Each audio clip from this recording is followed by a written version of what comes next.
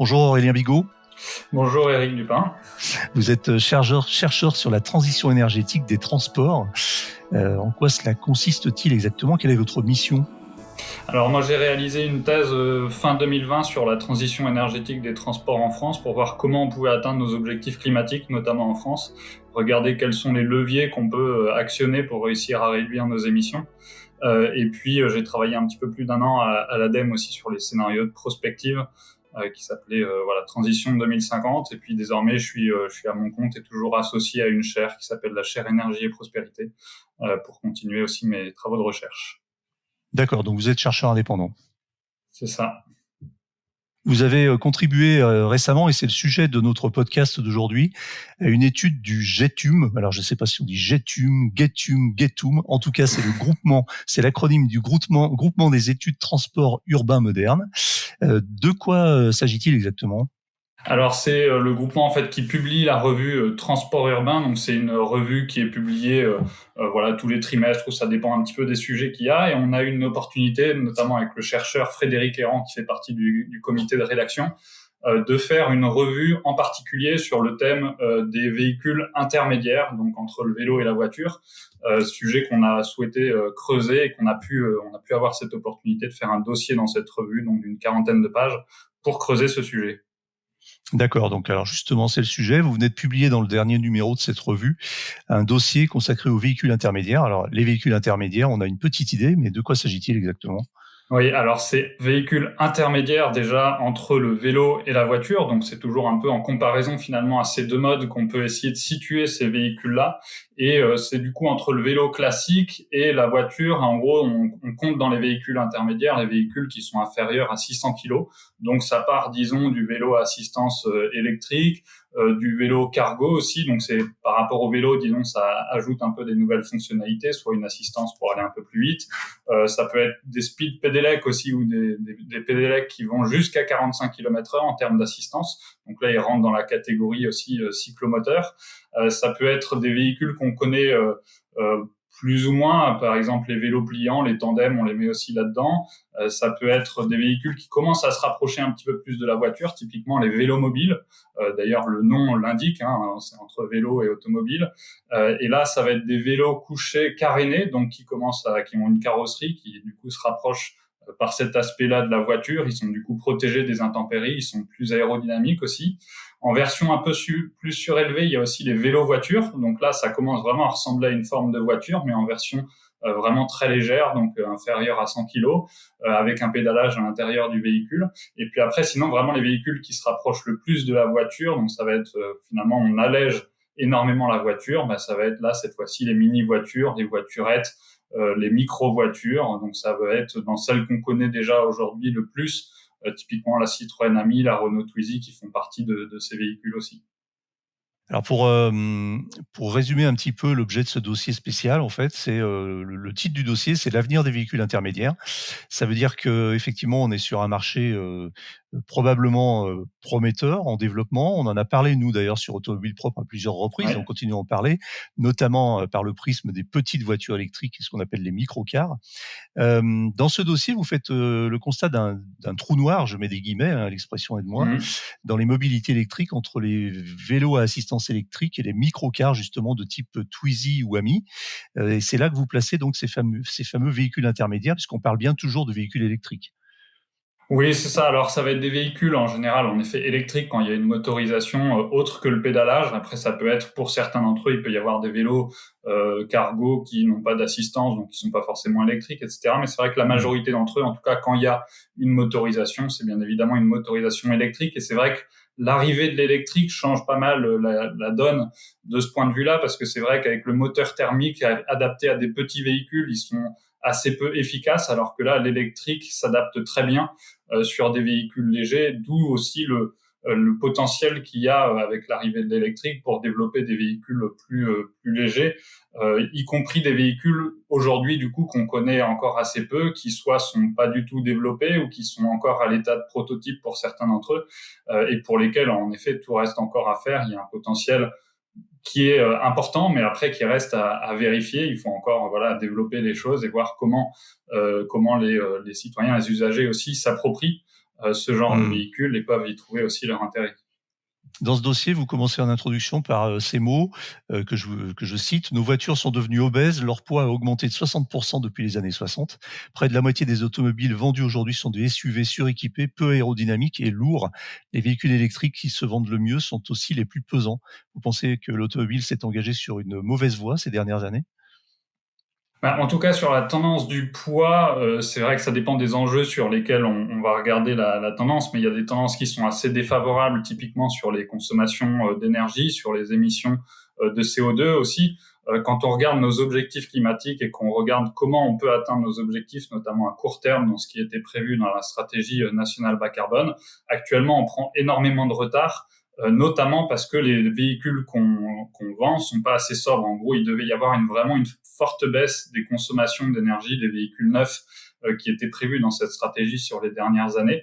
Et en l'occurrence, on l'a pas eu, notamment parce que on a des véhicules qui sont voilà, avec la tendance des SUV, donc assez peu aérodynamiques, plutôt des véhicules encore lourds, alors qu'il y a globalement un potentiel pour aller vers des véhicules plus légers qui seraient plus intéressants, en tout cas d'un point de vue consommation d'énergie, d'un point de vue climat, qui apporterait potentiellement aussi, si on baisse les consommations d'énergie, plus d'autonomie avec une même capacité de batterie pour les véhicules électriques. Et puis en termes de consommation d'espace, en termes d'accidentalité, donc de dangerosité pour les autres usagers aussi, le critère du poids va aussi dans le mauvais sens. Et puis on peut citer aussi le côté, bien sûr, le côté social d'accessibilité des véhicules. Plus on va vers des véhicules légers, plus on a la possibilité d'avoir des véhicules qui sont accessibles au plus grand nombre. Donc en tout cas sur ces critères-là, bien évidemment la question du poids et un peu des dimensions, du surdimensionnement qu'il peut y avoir pour certains usages des voitures va pas forcément dans le bon sens. Alors c'est un débat aussi qui est un petit peu d'ordre technique et réglementaire, puisque on sait que les voitures effectivement ont considérablement augmenté de poids au cours on va dire des 2 dernières décennies. Mais c'est pas complètement un hasard non plus, puisque alors outre le fait qu'aujourd'hui l'électrification a tendance à alourdir les voitures, il y a aussi des questions réglementaires et de sécurité. Donc effectivement, le public aujourd'hui, les consommateurs se sentent probablement plus en sécurité dans un gros SUV un peu lourd que dans une petite voiture intermédiaire.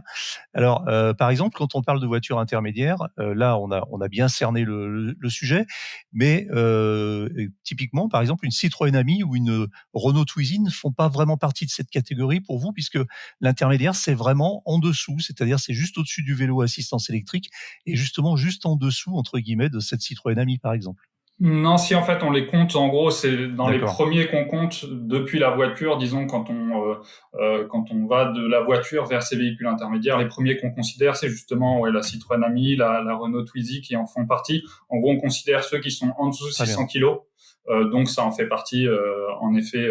Et voilà, ça peut être Mmh. dans les véhicules pour lesquels du coup les usages sont les plus proches de la voiture actuelle, donc en termes de remplacement de l'usage, typiquement, ça peut être plus simple sur ce type de véhicule que sur des vélos plus proches du vélo où le changement d'usage est forcément un peu plus important. Alors c'est très intéressant cette mutation, cette transition des usages. Cependant, est-ce que vous pensez aujourd'hui que les gens sont prêts à passer à ce type de véhicule? Est-ce qu'on a des études sur le sujet qui laisseraient penser que la mutation est imminente? Alors, disons qu'il y a une tendance un peu globale, en tout cas, à la diversification des véhicules. Donc, c'est vrai que c'est un peu une manière de nommer le sujet, de le mettre en évidence et de pouvoir en discuter, de nommer ces véhicules-là véhicules intermédiaires, parce qu'il y a vraiment une très grande diversité. C'est ça qui est assez intéressant, parce que du coup, ça peut permettre de s'adapter à une diversité d'usages. Aujourd'hui, on a des usages très divers dans la mobilité, mais on a tendance à y répondre beaucoup par le même type de véhicule, finalement, des véhicules de 5 places qui peuvent aller souvent, en moyenne, c'est jusqu'à 180 km/h, alors qu'il n'y a pas de possibilité réglementairement d'aller aussi vite sur les routes en France, qui ont plusieurs centaines de kilomètres d'autonomie pour les voitures qui sont vendues actuellement pour les voitures électriques, alors que les usages du quotidien, en tout cas en comparaison, c'est de plus en plus des déplacements individuels, donc avec une seule personne à l'intérieur du véhicule, pour quelques kilomètres ou quelques dizaines de kilomètres. Et puis voilà, pas forcément de besoin, en tout cas, d'avoir autant de place, une vitesse aussi importante, etc. Donc, il y a une opportunité pour des véhicules plus légers. Aujourd'hui, il y a déjà un certain type de véhicules les plus proches du vélo, finalement, les plus proches de la voiture, qui sont déjà en croissance assez forte. Après, pour les autres, ils sont assez inconnus pour l'instant. Donc, finalement, c'est assez difficile de savoir si les gens sont prêts à s'y mettre, parce qu'il faut d'abord que l'offre se développe et que les usages se développent après pour vérifier quelle est la véritable pertinence de ces véhicules. Alors, est-ce que ce type de véhicule va remplacer, alors ça c'est une question qui est presque philosophique et qui rejoint d'ailleurs un sujet que vous traitez dans le dossier, c'est est-ce que ce type de véhicule va remplacer la voiture ou le vélo? Et justement, vous dites les véhicules intermédiaires permettraient de couvrir la majorité des usages du quotidien tout en encourageant l'usage des transports en commun ou de l'autopartage pour des trajets plus exceptionnels ou à longue distance. En revanche, vous pointez bien un risque, c'est que cela remplace non pas la voiture, mais la marche ou le vélo, et que cela donne de mauvaises habitudes d'automobilistes, entre guillemets, à des jeunes dès l'âge de 14 ans, en fait. Oui, c'est ça. En effet, le principal risque d'effet rebond, comme on peut appeler ça, finalement, c'est que ça s'applique à des jeunes de 14 ans, notamment. On voit la tendance avec les Citroën Ami actuellement, où là, pour le coup, ça va pas forcément dans le sens de mobilité plus vertueuse.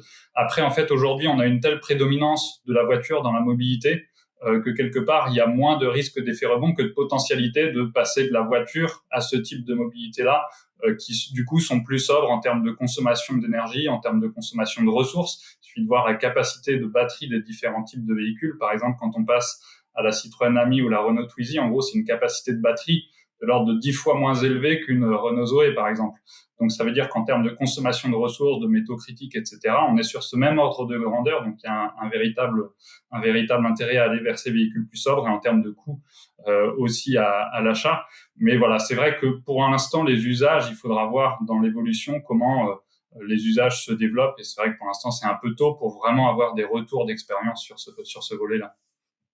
Vous proposez une typologie différente, plus accessible aux profanes, qui repose sur la distinction entre deux modes que j'ai trouvé intéressants, c'est le mode actif et passif. Alors, c'est quoi exactement? En deux mots. Alors, les modes actifs, les mobilités actives, en gros, ça va être toutes les mobilités qui demandent au moins en partie l'apport d'énergie humaine pour avancer. Donc, c'est-à-dire que à chaque fois que, par exemple, il y a un pédalage, c'est des mobilités actives. Donc, aujourd'hui, la mobilité active, c'est essentiellement la marche et le vélo. Mais typiquement, certains véhicules comme les vélos mobiles, les vélos voitures que j'évoquais, qui là commencent à ressembler un petit peu à la voiture par certains aspects, eh bien, sont aussi des mobilités actives. La trottinette est une mobilité active, la C'est des trottinette voitures à pédales, en électrique fait. ne l'est pas, par exemple.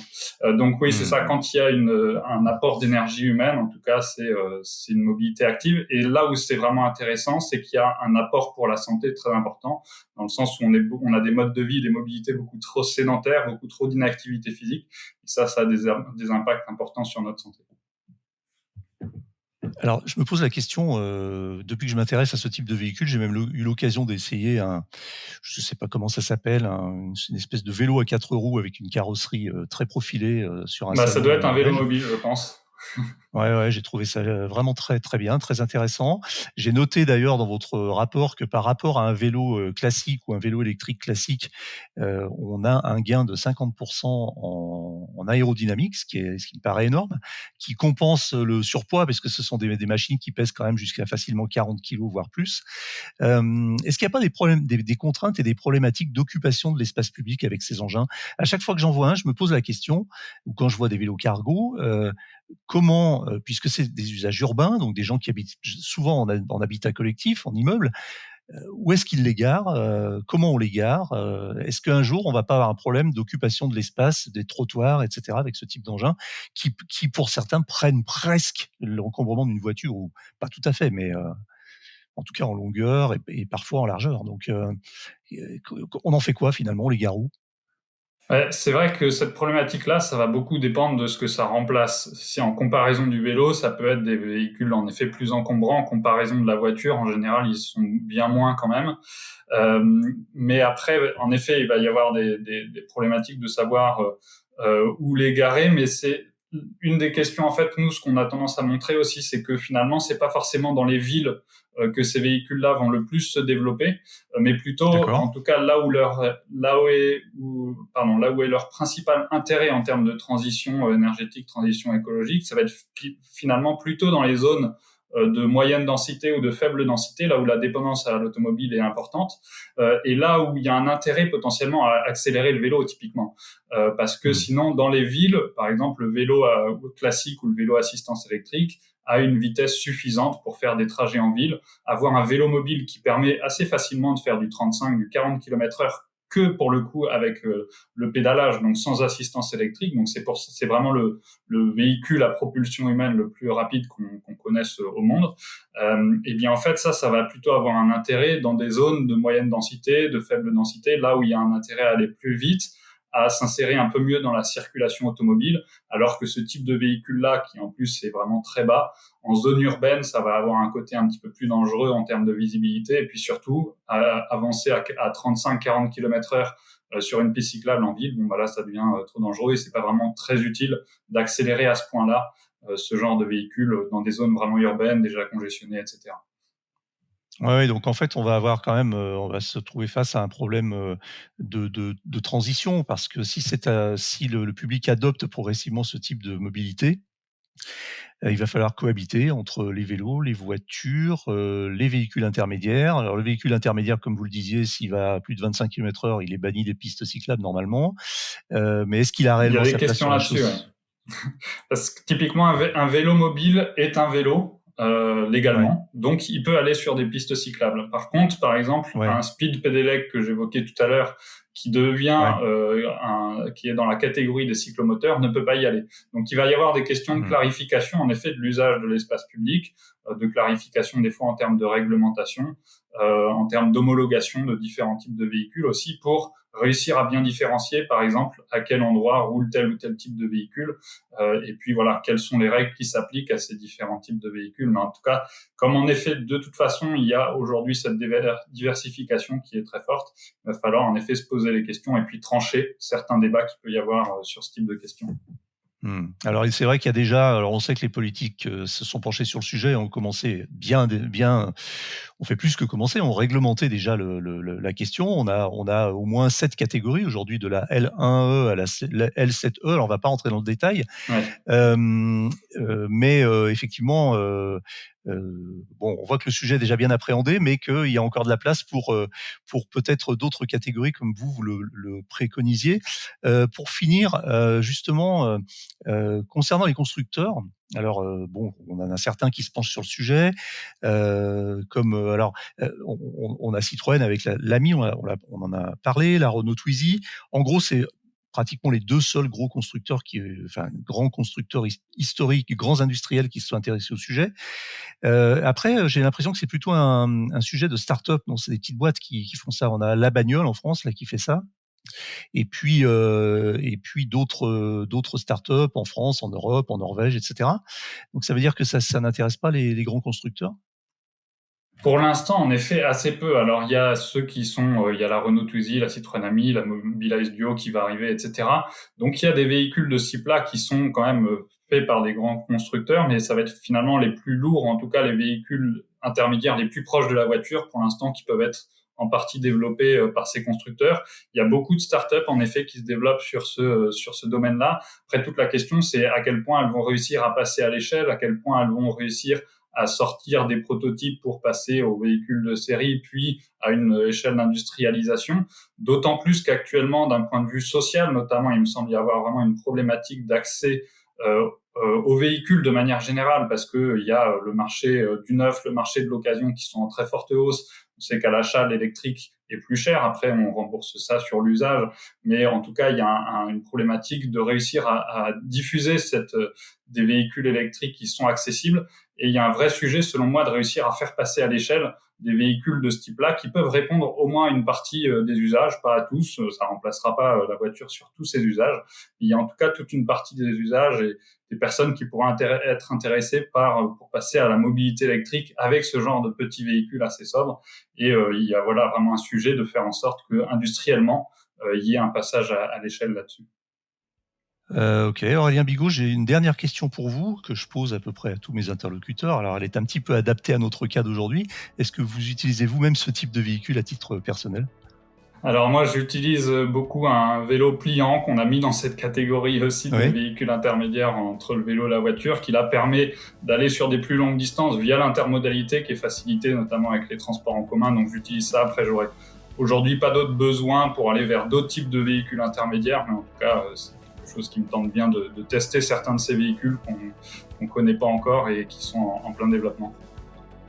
Merci Aurélien Bigot. Je rappelle que vous êtes chercheur indépendant sur la transition énergétique des transports. Bien, merci pour l'invitation.